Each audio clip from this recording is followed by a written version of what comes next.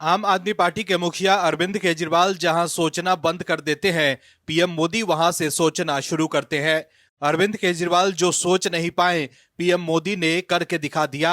Arvind Kejriwal BJP को अपने जाल में फंसाने चले थे, लेकिन अब खुद ही वो उसी जाल में फंस गए हैं। अरविंद केजरीवाल सोचते हैं कि वो ही सबसे तेज है, लेकिन वो ये नहीं समझ पाते हैं कि पीएम मोदी की नीति, रणनीति और राजनीति आपकी भ्रष्ट नीति से कहीं आगे है। जब पीएम मोदी कहते हैं कि मैं चाहता हूं कि देश का हर वर्ग खुशहाल और सभ्य जीवन जिए, तो वो उसके बारे में कोई न कोई प्लानिंग कर चुके होते हैं। उनके विपक्षी ये समझ ही नहीं पाते हैं कि वो जहां सोचना बंद कर देते हैं, पीएम मोदी वहां से सोचना शुरू करते हैं। दर्शकों, चुनाव से पहले अरविंद केजरीवाल पीएम मोदी के साथ चिट्ठी चिट्ठी खेल रहे थे।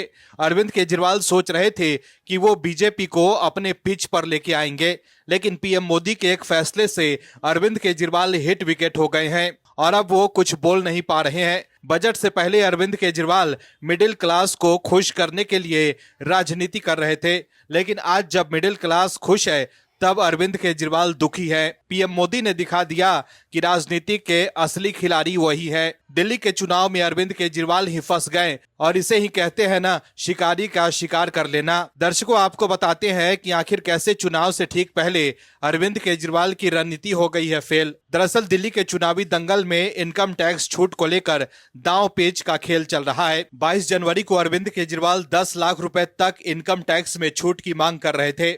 अब मोदी सरकार ने 12 लाख रुपए तक की छूट की घोषणा कर दी है।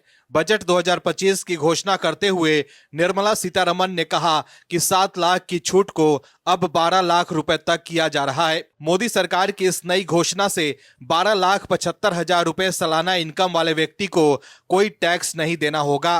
75,000 का फायदा स्टैंडर्ड डिडक्शन की वजह से है।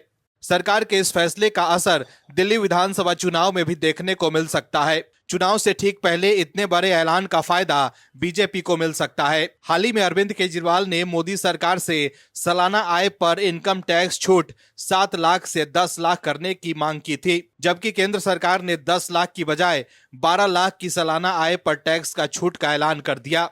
जिस तरह से दिल्ली चुनाव से पहले बजट में प्रावधान किया गया है, उससे कहीं न कहीं अरविंद केजरीवाल फंसते नजर आ रहे हैं। दर्शकों, जब केंद्र सरकार ने टैक्स में राहत दे दी है, तो अरविंद केजरीवाल फिर पलट गए और वो कहने लगे कि मैंने मांग तो कुछ और ही की थी। और ऐसा कहते वो सोशल मीडिया एक्स पर लिखते हैं कि देश के खजाने का एक बड़ा हिस्सा चंद अमीर अरबपतियों के कर्जे माफ करने में चला जाता है।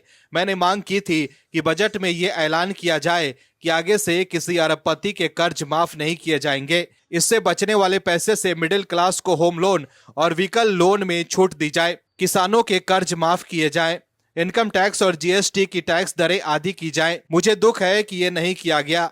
दर्शकों, अरविंद केजरीवाल मिडिल क्लास को अपने पक्ष में करने के लिए मोदी सरकार से टैक्स में राहत देने की मांग कर रहे थे।